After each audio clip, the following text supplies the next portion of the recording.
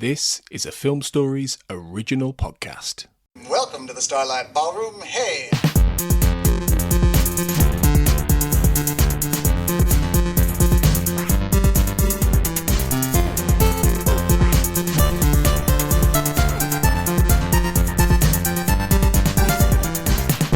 Hello and welcome to Shipwrecked Comatose, the podcast about Red Dwarf on the Film Stories Podcast Network. My name is Mark Adams and I am your host for this special episode between Series 11 and 12 of Red Dwarf. And I've got Matt Latham along for the ride. Hello, Matt. Hi, Mark. We are looking today at a 3-minute sketch of Red Dwarf. There was a Children in Need appeal video kind of extra thing, and we have to cover literally everything in Red Dwarf. We do. And so 3 minutes worth of Red Dwarf footage that isn't very funny is something that we absolutely had to do. So we're looking at the Children in Need special from 1998, and I think I'm right in saying it was about 3.5 minutes. Yeah, 3.5 minutes. Not long. No. But what we decided was that would probably last about 10 minutes with that chat. So we're going to look at Children in Need in general as well. And both Matt and I have picked a favourite sketch that wasn't the Red Dwarf one from Children in Need. Sort of. But we'll come back to that. Mm-hmm. The vast majority of our listeners are British, but for those of you that don't know, Children in Need is a yearly television appeal for children in need, and the BBC do a big telethon type situation where they raise lots and lots of money for kids that are underprivileged here and also abroad, and that's done with like lots of British celebrities doing dumb shit basically. And the whole design of this Children in Need sketch was to get people to pledge some money. And before we go on, you can actually donate to Children in Need through the entire year, not just during the telethon. And if you enjoy this episode, maybe chuck them a few quid. You can do that on donate.bbcchildreninneed.co.uk. I'll also include that in the show notes and I'll tweet about it. So if you did enjoy the episode and you enjoy our dumb shittery, we don't have a Patreon or anything like that, but maybe consider chucking a few quid to Children in Need. So Matt, this, in inverted commas, mini episode of Red Dwarf appears post-Series 8.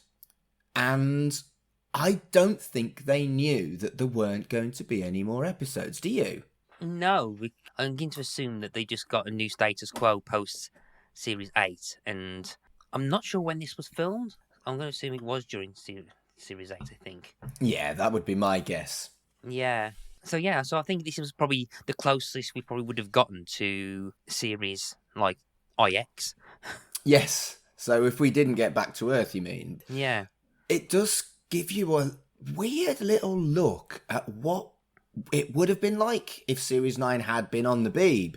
And I like the idea of them travelling in Blue Midget. And I like the idea of Chloe Annette still being around. But this wasn't... it was okay. It was okay. For what it was, I think. What did you think of it? Well, I remember when we was first talking about covering it, I couldn't remember if I ever watched it. And then I watched it and I'm like, oh yeah, I remember watching it, and then I've forgotten most of it again. Yeah. Because I then realised that it is part of the Series 8 DVD. I'm like, I'm pretty sure I rinsed the extras of the DVDs. Right, so I definitely would have seen it. I can't remember if I ever saw it live, but yeah, I definitely did see it before, but then I just forgot. I think it's testament to it that I've forgotten that I'd seen it. Yeah, it was new to me, and it's a nice little curiosity piece, that's for sure, and I'm glad that we still have the footage of it, etc. Mm-hmm. It opens with some Holly gags, which I actually thought were pretty nice. It's nice to see Norman Lovett involved, and there's a Scudder for no reason. It's nice to see a Scudder involved. Scudder does absolutely nothing. But maybe that was deliberate. Maybe they were going to have, maybe it's Bob. Do you think it's Bob? Maybe Bob was going to be a character in Series 9. Let's hope so. Yeah, and they're in Blue Midget and they're having a conversation about children in need because they get a transmission from the past. And they have a absolute dig at poor Terry Wogan. Oh, tell. Do you have strong opinions of Terry Wogan? Not really. I mean, I was finding quite witty and quite fun to watch. And I've always raised the glass during Song 9 during the Eurovision Song Contest. Ah. Because that's probably much my main kind of thing for him. Although that said, though, when I was a kind of misguided, naive youth who was a fervent, like obsessed listener of the Chris Moore Show, kind of light-hearted rival that I kept making digs at. So yeah, I was never kind of like a proper like massive fan of Wogan. He was like someone who's just always there, but reliable and watchable. Yeah, I think for me, there's some iconic stuff with Wogan. Like, the David Icke thing is the stuff of television legend, and Craig Charles's first opportunities were on Wogan with his poetry and stuff. But for me, because he was the voice of Eurovision, and I've always loved Eurovision, and he was so sassy, like so sassy on Eurovision. I remember, like, as a younger man in my 20s, when Eurovision was on, I always used to put up a photo of Terry, and everyone had to pray to Terry before they got into my Eurovision party. But so I would never say mean things about Terry Wogan. But yeah, it was brilliant. And I think at this time in particular, Terry was associated with essentially three things. His telly chat show, which was probably on its way out thinking about it, Eurovision, and Children in Need. He was always one of the main hosts of Children in Need. This must have been during his stint as breakfast host of Radio 2 as well. True. So it was his second stint on the Radio 2 breakfast show. That was pretty much during the whole period where I was listening to the Chris Moore Show on Radio 1. Right. But I think you're always going to get some Terry digs on Children in Need. And they were quite funny.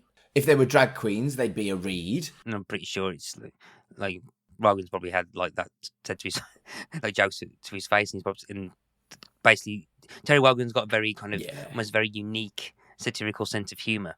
Like, so just and kind of go off the cuff. So I'm pretty sure he probably didn't mind all the jabs. Yeah, and so my analysis of this was that the cat gets nothing, Kachansky gets nothing, Crichton and Lister get a bit, and Rimmer just gets all the funny gags.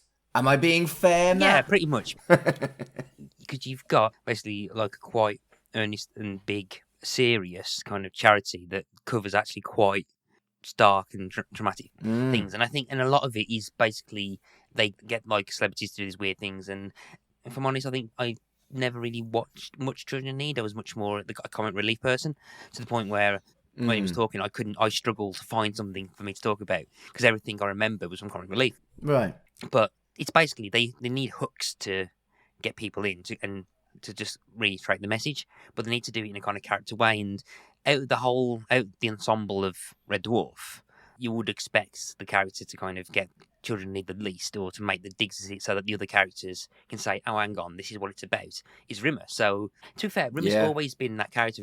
I mean, he predates him. There's a probably better archetype description for it, but I've always referred to him, or those kind of characters, as the Eric Cartman of the show, in terms of like you've got the main character who's always kind of deliberate antagonist that kind of disrupts everything. I'm currently in a massive binge of How I Met Your Mother for the first time, and Barney Stinson from Neil Patrick Harris is that kind of character. It's the character that they kind of use as to kind of make those viewpoints, and the other characters have to bounce off that. So in order for Lister and perhaps Kachansky to get the idea of, we might have to send a message back in time, which definitely makes this non-canon, because that kind of technology would change the premise of the show. So in order for like the moral characters to make the decision, you have to have Rimmer wind them up. And it's the way to get those jokes, and because that characterization's there, that gets the Red Dwarf fans in, that gets us in to watch it, and goes like, look at Rimmer doing, as a phrase you've started using in kind of later episodes that I really like, Rimmery stuff. Rimmery. Yeah, Rimmy type things. I listened to like about the 33rd of the Samsara episode on the way home today, dating this recording, and yeah, I think it's like the second time in a row you used the word Rimmery, and I quite like that description of him. Yeah, and he does that kind of stuff, but for the message to come across. So. And I think it does work, but the cat could have got more. I get what you're saying about the moral characters, but the cat just sat there and looked pretty, which again reflects Red Dwarf in a lot of fucking ways. I was going to say that. I've said it since like series 1. the cat is always overlooked. Yeah. And I wonder, would you think it was that self-referential that they deliberately gave him fuck all? Or... No, I don't think it was. I don't think it was. Maybe nowadays it might be, but not then, I don't think. I think the cat is kind of there to make the questions. So, like, I think he has this role in the show as well. He's the one who kind of keeps the exposition moving. So when Crichton took over Holly's exposition stuff, by the time we get to season 6, well, in season 5, series 5, the cat's always the one that goes, "Oh, what is that?" Basically, the what is it? The what is it kind of the everyman joke. Yeah. The audience surrogate in terms of needing to have them explain to him. So the characters that know the stuff has to explain it and dumb it down so that thickos like us in the audience can understand the high concept stuff. And there was a wonderful moment where I raised an eyebrow where they mentioned checks, which certainly dates it. And the only people in the entire modern world that I know that still use checks are funeral directors. Have you seen a check in 15 years? I have written like 2 or 3 checks in my life and they were to go through the post. Yeah, exactly that. But I hadn't seen a check probably this millennium. I know, Well, maybe not quite, but it had been a long time.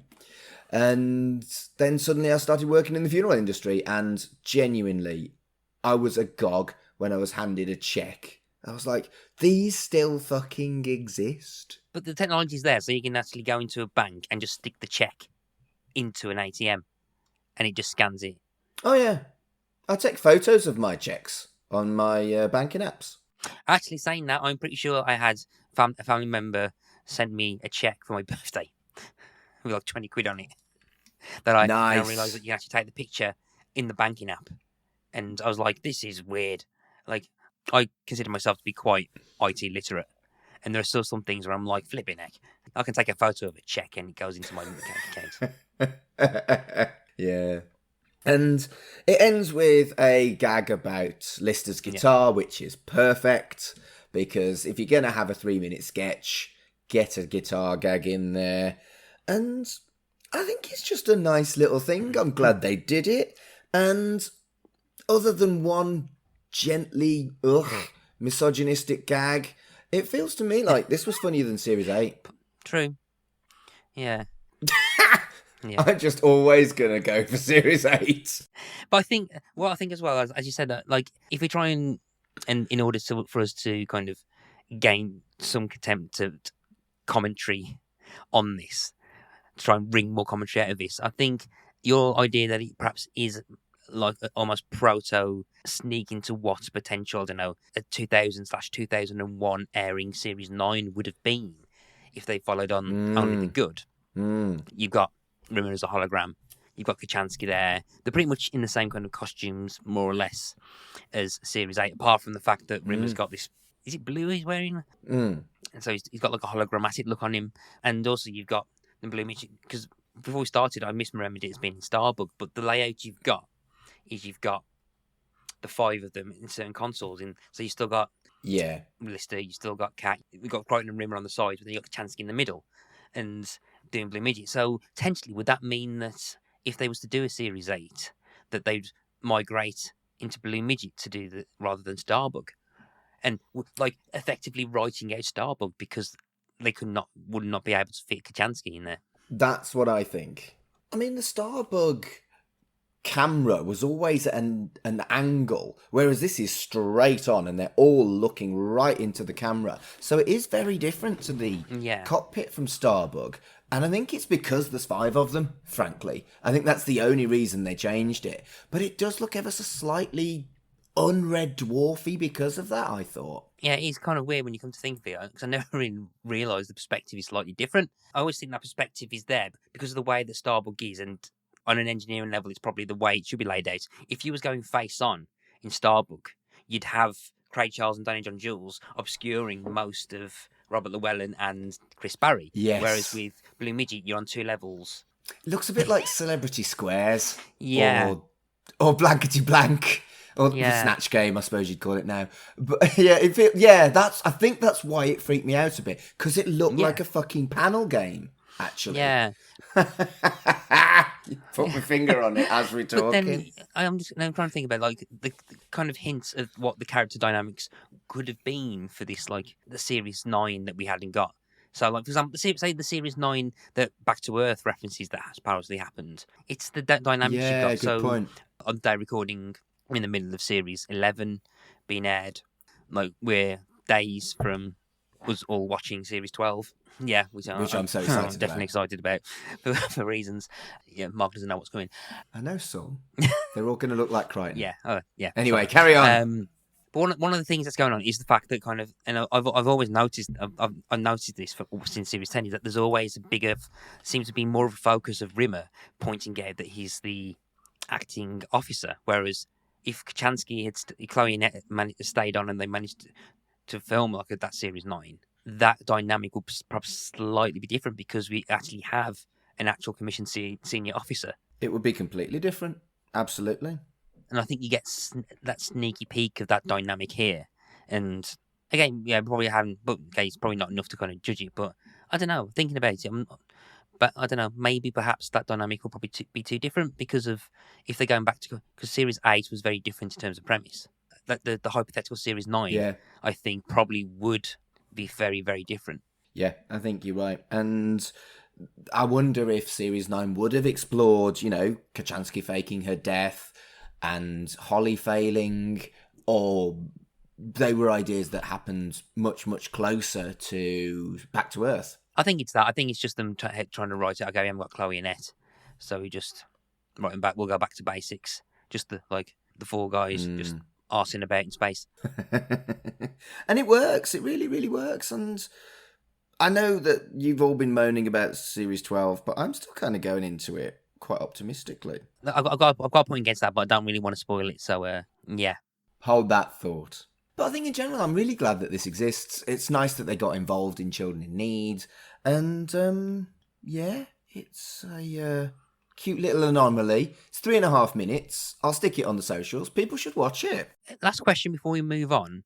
This is probably potentially also, because I don't know what the viewing figures of Children in Need were, but this could probably be the first time that anyone would ever have watched anything Red Dwarf like. True. How do you feel it works as an advert for the show for potential non-viewers? I think it gets the dynamic of Lister and Rimmer across, which is one of the most important things because that transcends all of the series.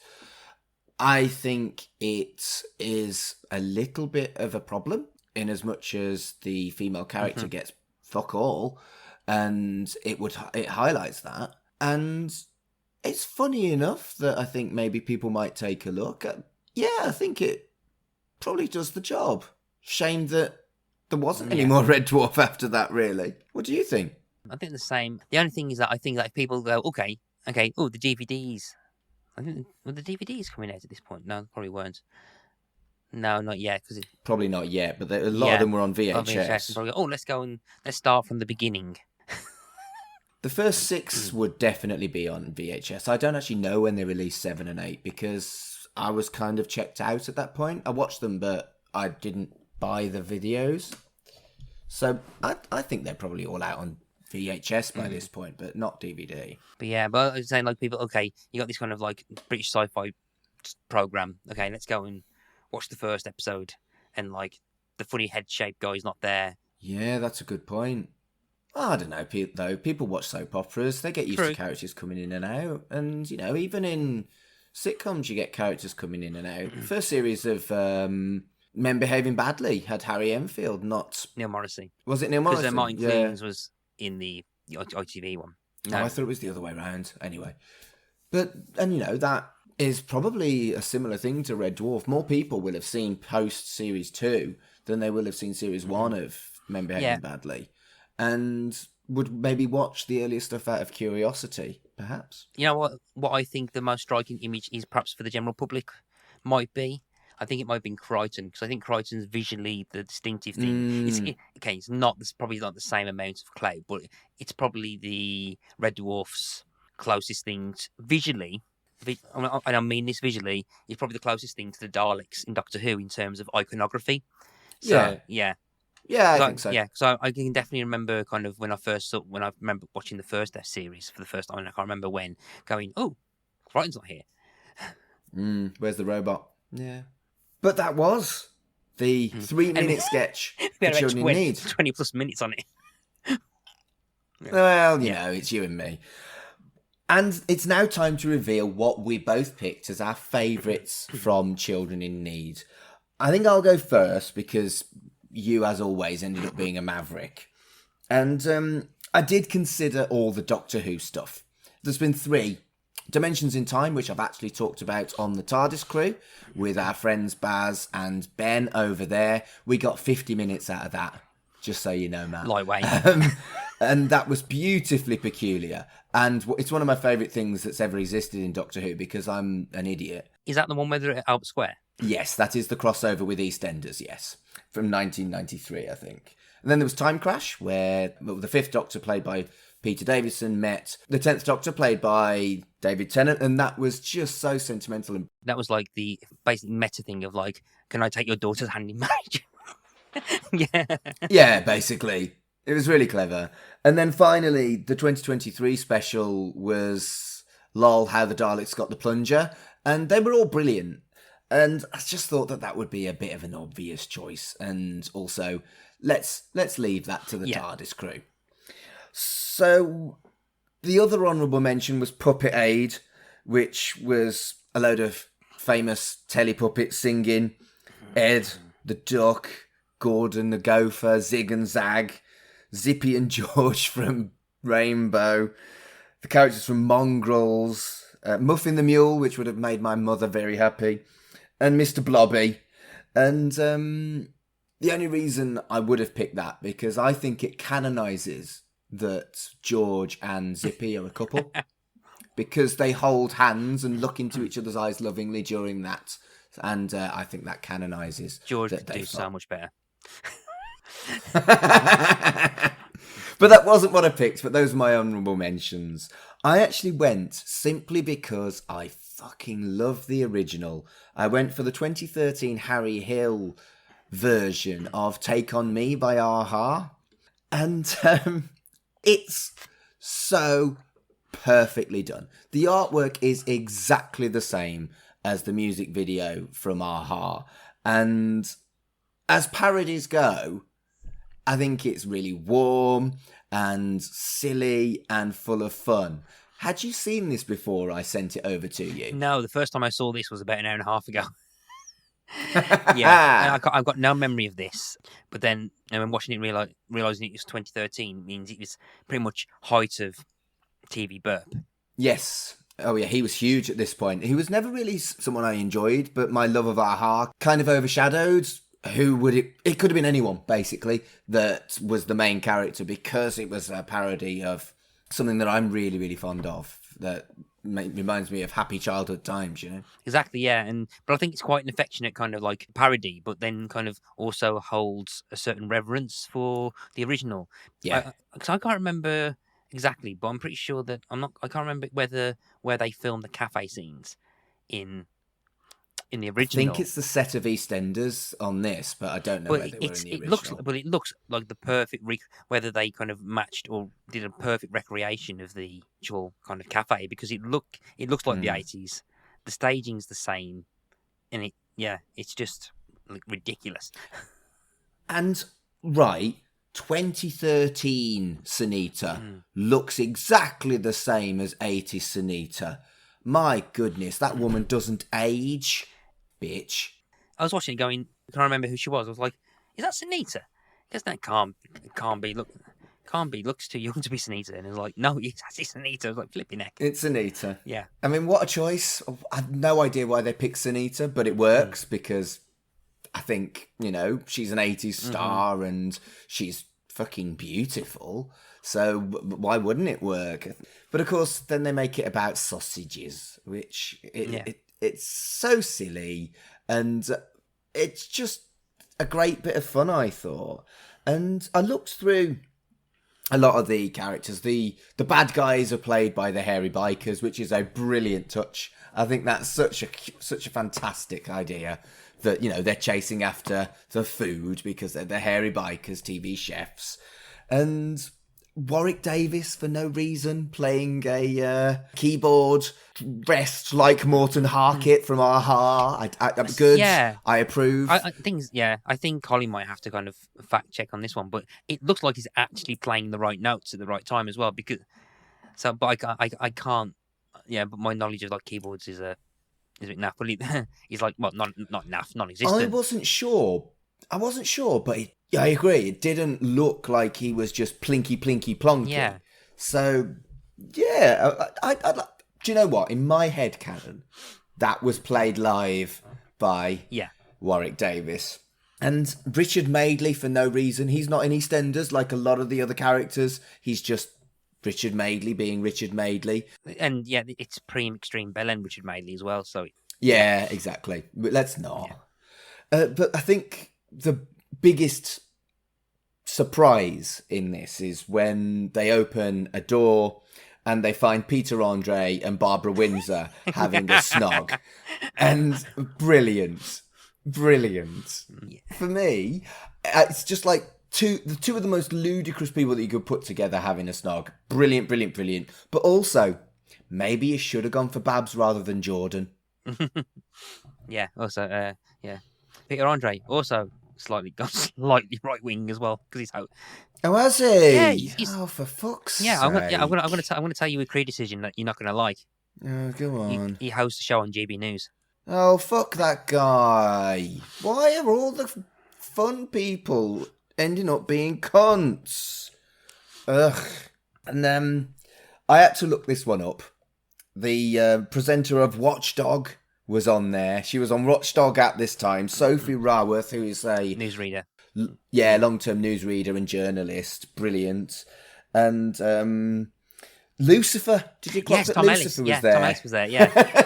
Yeah, so I noticed that. And I'm trying to think, was he on Miranda at this point? Did Miranda start on air in 2013? He was on EastEnders at this point. So was he was part. It was just because he'd been on EastEnders. I don't think there was anything other than he was EastEnders cast. It might be pre-Miranda then, unless... I don't know when Miranda started. But he was also in Merlin and Doctor Who, you know. He's been loads of stuff, Lucifer. There was a Blink and You'll Miss It kind of Will Mellor, like as Morton Harkett at the very, very start. Yeah, but again, he was Warren in EastEnders at the time. So it was quite similar to the Doctor Who thing when you think about it. It was a crossover between Harry Hill's TV Burp and EastEnders in a weird way. I was quite surprised at the actress that played Heather from EastEnders because, I don't know, did you ever watch TV Burp? Well, I did, but I didn't watch it a lot. Harry Hill went quite hard in making fun of Heather. That's probably why she's in it then. Yeah, to the point sometimes where I thought that, the actress must feel a bit iffy about it. So, but if people watch TV Burp, they'll know what I'm talking about. But there are kind of certain times where they'll have moments where they'll have clips of the shows he's covering, and then lookalikes burst into the set and try to attack Harry or something. And quite a few times they'll have like Heather walk off, and this kind of quite big, heavy stock male coming in with like a wig, running across, going "Argh!" and running through doors and stuff. I think this was around the time of Craig David appearing alongside the Craig David comedy character It was 10 years later. Was it? Yeah, because I remember, because I was in sixth form at the time, so it was 2000. It was the early noughties, so it was 2002, 2003. Right. So this is about. But there was a history of people in inverted commas being good sports, wasn't there? Yeah. And I wonder whether perhaps this might not have happened now, because going back to the Craig David thing, he basically blames a massive dip in his career now on the Bo Selector stupid character. Interesting. And you see, I didn't know about that. I'm glad you spotted that. I'm just going to quickly hide the DVDs of the two series of Bo Selector that are probably still on my shelf. But, they have not aged well. No. Even though I still have like Quasable Dwarf from that. There's a bit where I think it's the first series finale, second series finale of Bo Selector, where he says Craig David, he's dying for a wee, and he opens the door, and there's this like guy in a full latex skimp suit, like just opens the door, and Craig goes, "Craig David, 7 days, can I use your toilet?" And he just walks in, and then you just see this guy in a gimp match just look at the camera, and then look back to where Craig David walked for about a minute, and then Craig David comes out going, "Thank you." And in my head, I kind of have to stop myself and just saying, "Can I use your toilet?" Yeah, I loved it at the time, and I look at it now and I'm like, this is insane that this was something I thought was okay. I think a touch that I quite liked is that I think the whole kind of premise is that originally it's just like Sunita's like a bit peeved off that Harry Hill's stolen a sausage. And there's like the idea that there's this like love story that grows out. But I only seen this once. I don't know if you picked it out. But one of the great kind of in the last shot where they recreates the end of that Aha video where he comes out and just starts hitting the wall and stuff and to become like live.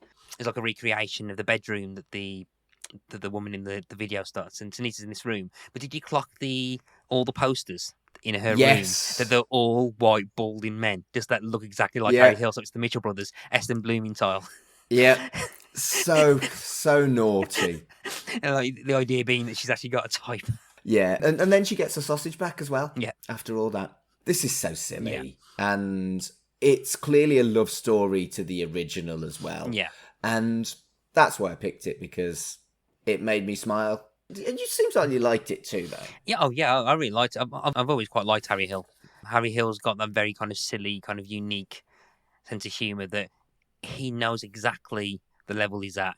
He knows exactly that it's stupid humour, but somehow he makes it funny. It's the Tommy Cooper kind of thing where it's the delivery of naffness and like the silliness. Yeah. It's the delivery of it. It's the visual look of it. So like it's there with the suit and the big collar, glasses, like, and the head just protruding from this massive like collar that comes out. It's just like using that visual kind of silliness, but knowing how to kind of purvey it in a silly way that just makes it funny. Yeah, and I think he was on ITV at this point, wasn't he? Yeah, TV Burp at this point, yeah. And that's the thing about Children in Need, is it just gets everybody involved for a good cause, and that's really fucking cool. Yeah. So, Matt, explain to everyone how you've picked something that wasn't a Children in Need sketch. Well, as I said, that every time I tried to, as I said slightly earlier, that everything I tried to think of was like all comic relief based stuff, or just like I think Curse the Fatal Death was the comic relief. I think, wasn't it originally? There's like Animals and Horses stuff that was comic relief. There's Vicar of Dibley comic relief. There's just like kind of things where like celebrities and just turn up in the middle of stuff, or like, you know, like, do I really want to talk about all the newsreaders that sat in bath of beans? Like, Did happen. Does the person who, and I missed the podcast so much, the One Show podcast always took the mick out of Matt Baker's Rickshaw challenges. Do I really want to talk about the Rickshaw challenges? No, because I never saw them. So I thought, okay, what's the closest thing that I can remember from the Children in Need? And I thought the closest thing I remember, and it's not something I love because sometimes it annoys me depending on what mood I'm in. I thought, you know what, I'll go for a song, and I'm like, you know what, I'll do a music podcast. Let's talk a bit about music. So I've slightly diverted less for the comedy sketches and went for the sometimes staple of Children Need with the official single. Yeah, most of which were crap. Yeah. This one wasn't. Yeah, so quite a few times just songs that are just released at the same time. Pretty sure there was an Atomic Kitten song that was classed as a Children Need single, but I can't remember for the life of me what it was. But I've gone for possibly one of maybe the most successful charity single in UK history, I think. I can't remember how. I would say from Children in Need, Yeah, absolutely. yeah. But you've forgotten Live Aid. Yeah, okay, yeah, that.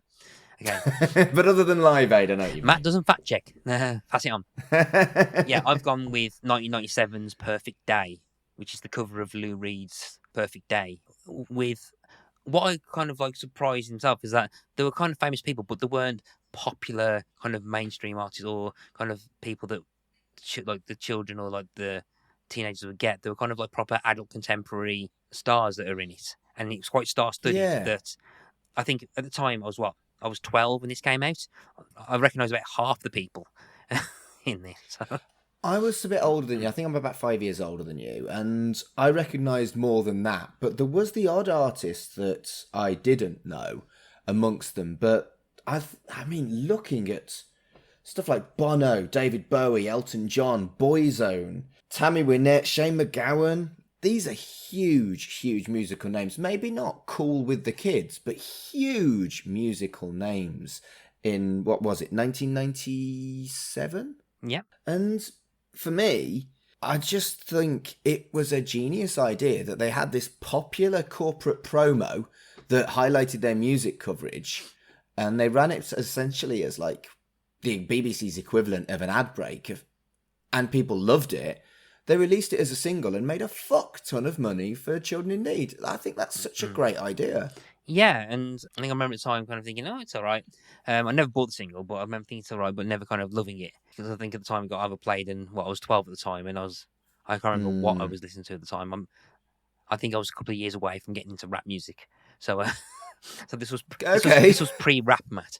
Not long before he gets the Eminem album, which makes him into a rap fan. But I was like on the verge of delving into that, so it probably wasn't me thinking I was like too cool for this kind of like old people music at the time. So yeah, and I think watching it back now, there are some artists that have very much lasted the test of time. People I mentioned, David Bowie, Elton John, but also maybe people like Dr. John. And for me, seeing David Bowie, I love David Bowie, and I love that he was involved with this, but I had forgotten he was involved in this, and then there he was. And I maybe I'm biased, but I think he stole the show. Although he wasn't my favourite section. Do you have a section that was your favourite? Not favourite, but one that always, whenever I thought to this song, it's the bit that I always kind of remember, and it's the Heather Small bit. Right. It's Heather Small. The duet with Tom Jones, or the bit where she does a solo on her own? The solo bit on her own. Right. I think that's always been because, I think Proud's been overplayed to death, and in places that I work, there's been videos and it's been used quite a lot, and it's a song that I'm quite sick of. But I've always been quite a fan of Heather Small's voice. I think she's got a very unique, very strong, like really nice sounding voice, and like I've always remembered. Yeah, I think a lot of People songs have always kind of stuck in my head, and a lot of it is because of Heather Small. And I think at the time, probably Heather Small's probably the person that I probably knew the most at the time when I was about 12. Yeah, right. So I didn't. Yeah, Elton John probably as well. Boyzone definitely. That was probably the closest you've got to the mainstream kind of pop that would probably market to. This was at the height of their fame. Yeah. I remember seeing that as well. Actually saying about kind of people who no longer with us, I was quite taken aback because Stephen Gately was there as well, and I was like, yeah, of course. I was like, and I'm trying to remember when he died, and I'm pretty sure it's like almost 20 years now or something. It's a long time. Yeah, and I was like, I can't believe how long ago that was. Because I'm sure he was like 99 or something. It was like late 90s when he died, I think. I think it was early thousands. I don't remember, but I remember it being a long, long time ago. And, there are folk that looked old there that are still around, like Burning Spear, for example. Oh, sorry, it was 2009 he passed away. He was only 33. Right, and so, someone like Burning Spear was much older in that video than Stephen Gately was when he died. So, yeah, Burning Spear's still going, which I love. I did look him up because I remember him as being in it and being different and an artist I didn't know. But I never looked him up until we did the research for this. And what a career that man has had. He's fucking brilliant. But he wasn't my favourite. My favourite was Huey Morgan from the Fun Loving Criminals. I've always liked them. And what I think's important with a song like this is you put your stamp on it, but you don't take the piss. And I think Huey is so unique, and the Fun Loving Criminals music is so different to something like Perfect Day, that the way he dealt with it, he made it his, and he made it sound different, but he didn't overdo it. And he's just one of the coolest guys in the fucking world. And yeah, you'd have thought I'd have gone for David Bowie, but I didn't. I went for Huey Morgan. It was close though, because David Bowie is actually God. I did forget that Bono was in it and I was like, ugh. So much Bono. He gets 3 or 4 segments. It's like, fuck off. And when you're saying like you got some people that kind of over egg it on and stuff, that is basically Bono in Live Aid, all of them. Particularly in, I think, is it the Live Aid 20 from like 2003 or 2002 or something like that, where he just basically goes like, he over eggs it, and I'm like, oh, for God's sake.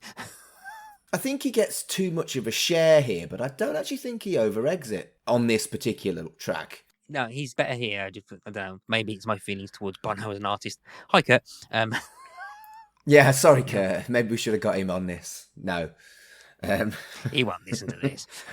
But cover versions can either be something fresh and something brilliant. Like, for example, Hurt by Nine Inch Nails getting covered by Johnny Cash. And I really feel like this does add something, does change it, but also Lou Reed's there, and that's really cool. There's always something, I think, again, I've not really seen, well, Lou Reed's in it, so he's probably got his stamp of approval, but there's a quote from Trent Reznor about Hurt, which always says that he listened to Johnny Cash's version, broke down crying because it was no longer his song, and he absolutely loved what Johnny Cash did with it. But I think that as well, the video, I think that the added context of pretty much, I think it was like one of the last things that Johnny Cash did.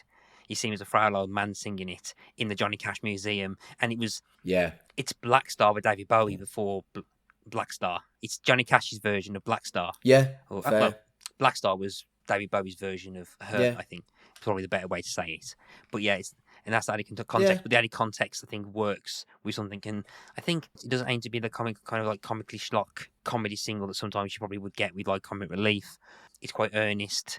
I think it manages to not over egg that sentimentality. It's like a straight song that people are covering, and they don't over egg it. Like, so you're not really, so it doesn't feel like imagined by a whole bunch of Hollywood celebrities coming through. Yes, big one. I think it's We Are the World, which is the one that everyone.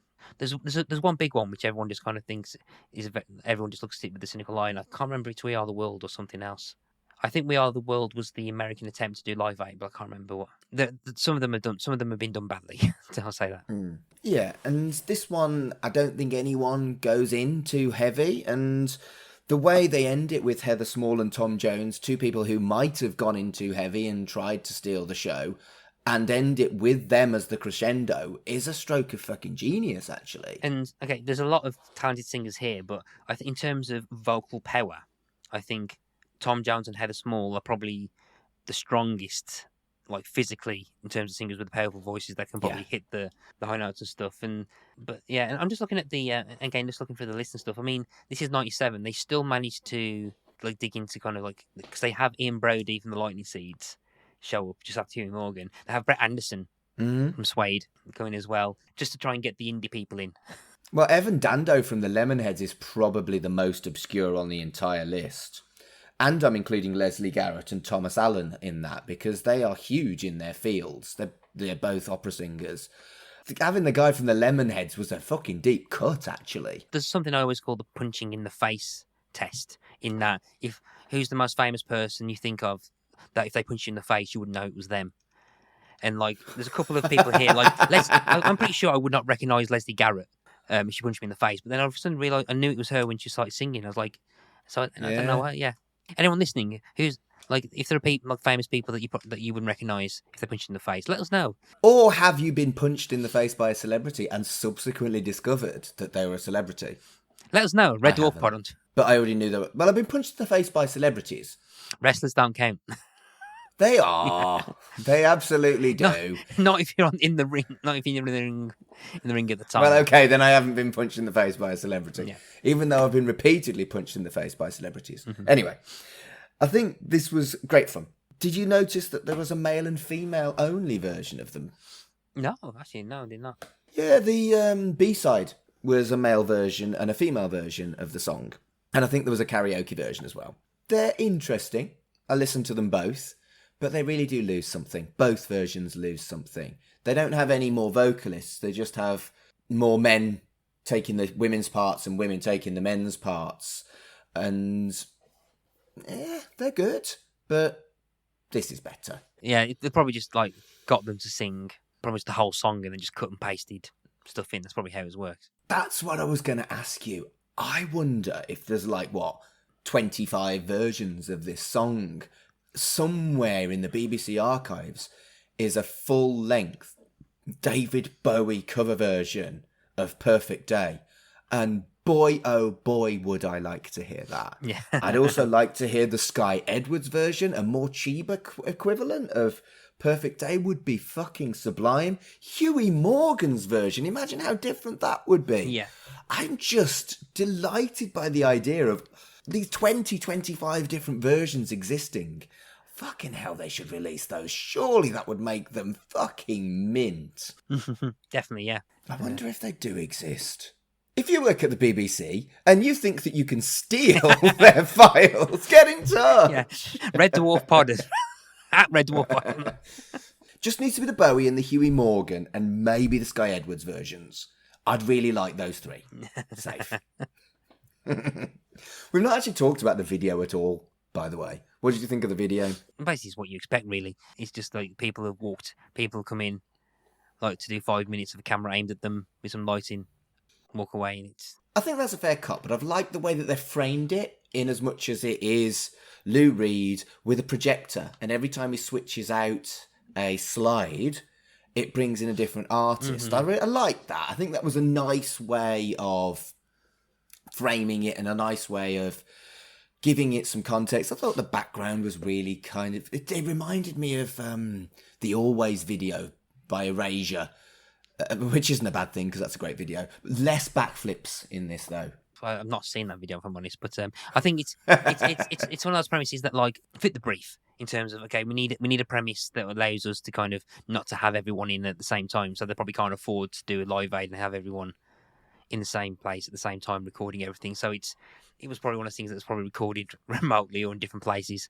So they've just had like people going to the celebrities rather than the celebrities coming to us. So they just go to like Elton John in his living room or something, stick a green screen behind him and have him just, okay, you're having these two lines, just made along to the lyrics. Right, that's it. All right, Elton, that's it, that's fine. Yeah. Or maybe there are 25 versions of where they've been filmed singing the entire song from... And if you work at the BBC and reckon you can nick... But that could be true. It probably isn't, but that could be true.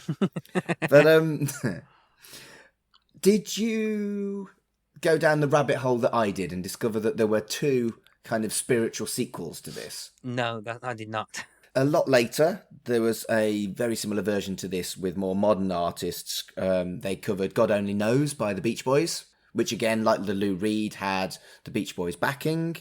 Not my era, so I didn't recognise the artists as much, but they were great. It was a really fun cover. That's worth a look as well. Okay, so look for Williams, Mill Sunday, Lord, Chris Martin, Lawrence Welsh, Stevie Wonder. A couple people don't know. Jake Bugg, who I saw kind of headline a bar called the Yardbirds in Birmingham once. One Direction, wow. Yeah. Jamie Cullum, not heard his name since 2014. And Sam Smith, I didn't think they were going on at that point. I thought they started later than that. Again, I think that's about 10 years old now, isn't it? Yeah, October 7th, 2014. Yeah, and 2010's music, I'd checked out.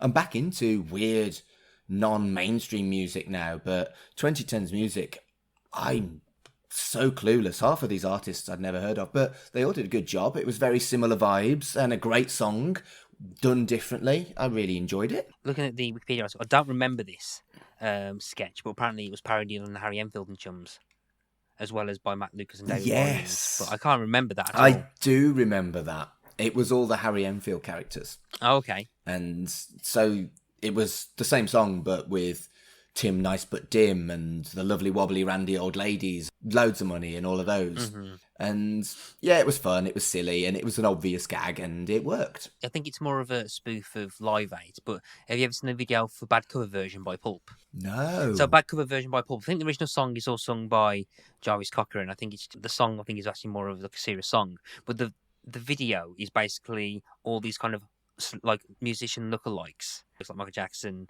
Missy Elliott, Elton John, and they're all singing the line from the song Bad Cover Version by Pulp, but the lookalikes are singing them in trying to like imitate the people that they're lookaliking of. And then there's a single line from a Jarvis Cocker lookalike near the end of the song. But Jarvis Cocker dubs that line. That's so meta. Jarvis Cocker dubs over the line from the lookalike, and I think it ends with them all kind of like walking out, and the studio's a mess, and you got this cleaner, and the cleaner turns around, and it's Jarvis Cocker as the cleaner just cleaning out and stuff. If you've not seen that video, the video's actually kind of really fun. The song has nothing to do with celebrity kind of charity singles. The idea is the Bad Cover Version of Life or whatever it is, but the video is so amazing, and it's a nice send up of like Live 8 and that kind of charity single stuff. So do look it up. It's hilarious. And the other thing that I discovered it inspired, because remember it wasn't originally a single, it was a highlight of the BBC's coverage of music. They did something similar with their coverage of comedy. And it was called Shaggy Dog Story. Similar thing where they had a story and a comedian or a character from a sitcom would tell it line by line, one at a time. And would you like to take a guess which television programme was actually covered in Shaggy Dog Story, Matt? Was it Red Dwarf? It was! Wow. Lister and Rimmer get a line each. And I had no idea until this made me go down a rabbit hole and find Shaggy Dog Story. And it's a fun little thing. Again, it's 3 minutes. Well worth a look. On YouTube for free. And yeah, it made me smile.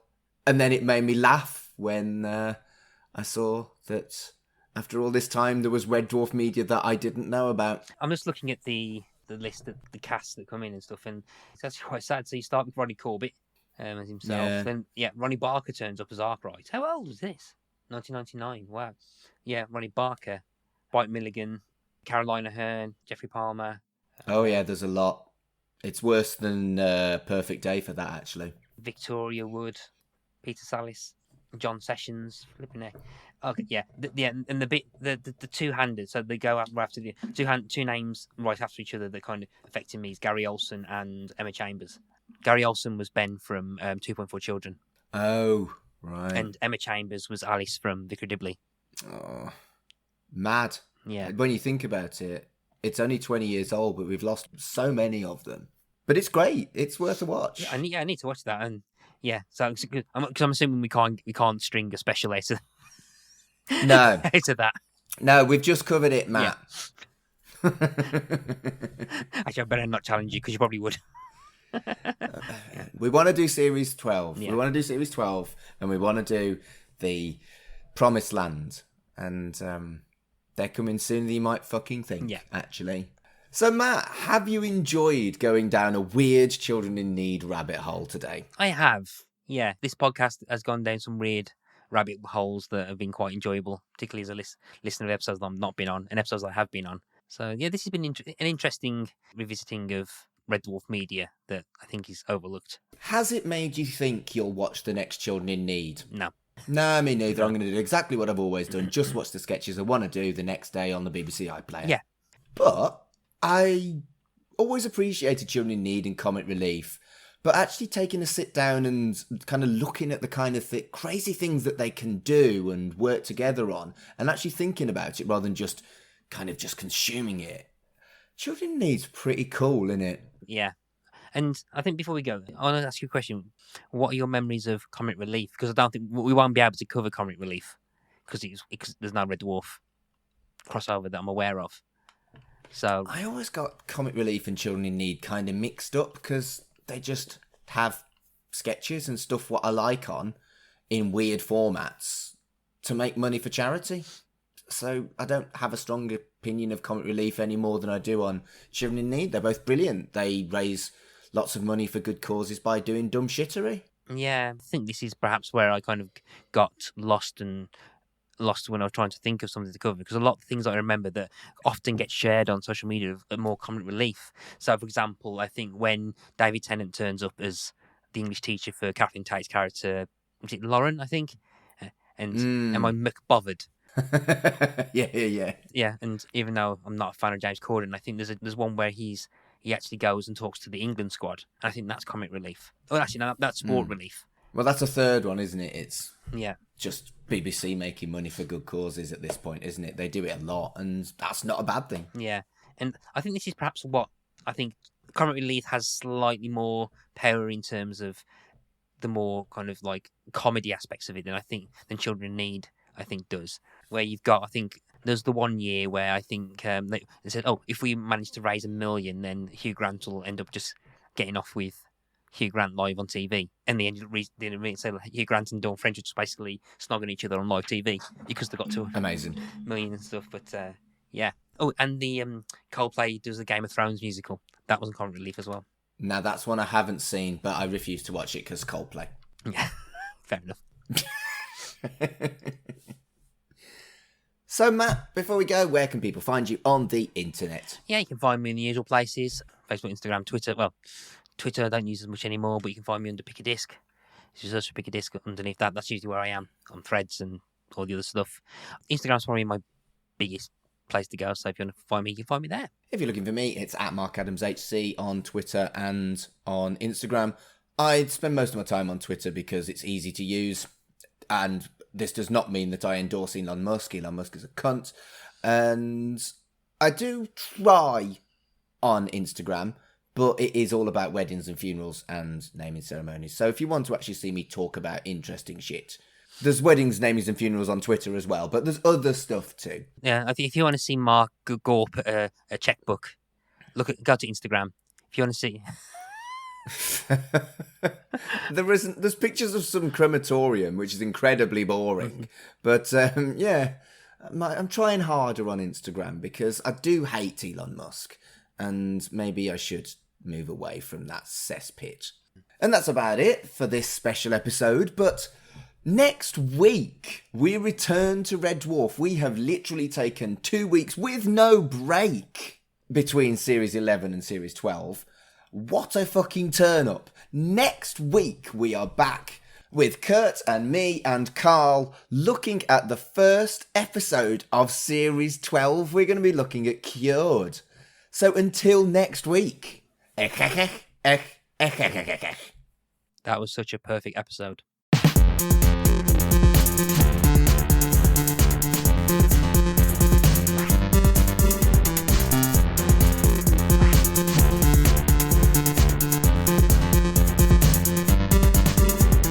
Shipwrecked and Comatose is a podcast brought to you by the Film Stories Podcast Network. The show was created and produced by Mark Adams and Kurt North. The logo was designed by Carl Bryan, and the theme tune was composed and performed by me, Colin Jackson Brown.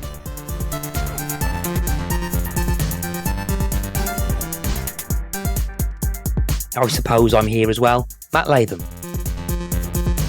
Follow us on Twitter at Red Dwarf Pod and follow the network on Twitter at Film Stories. Ma.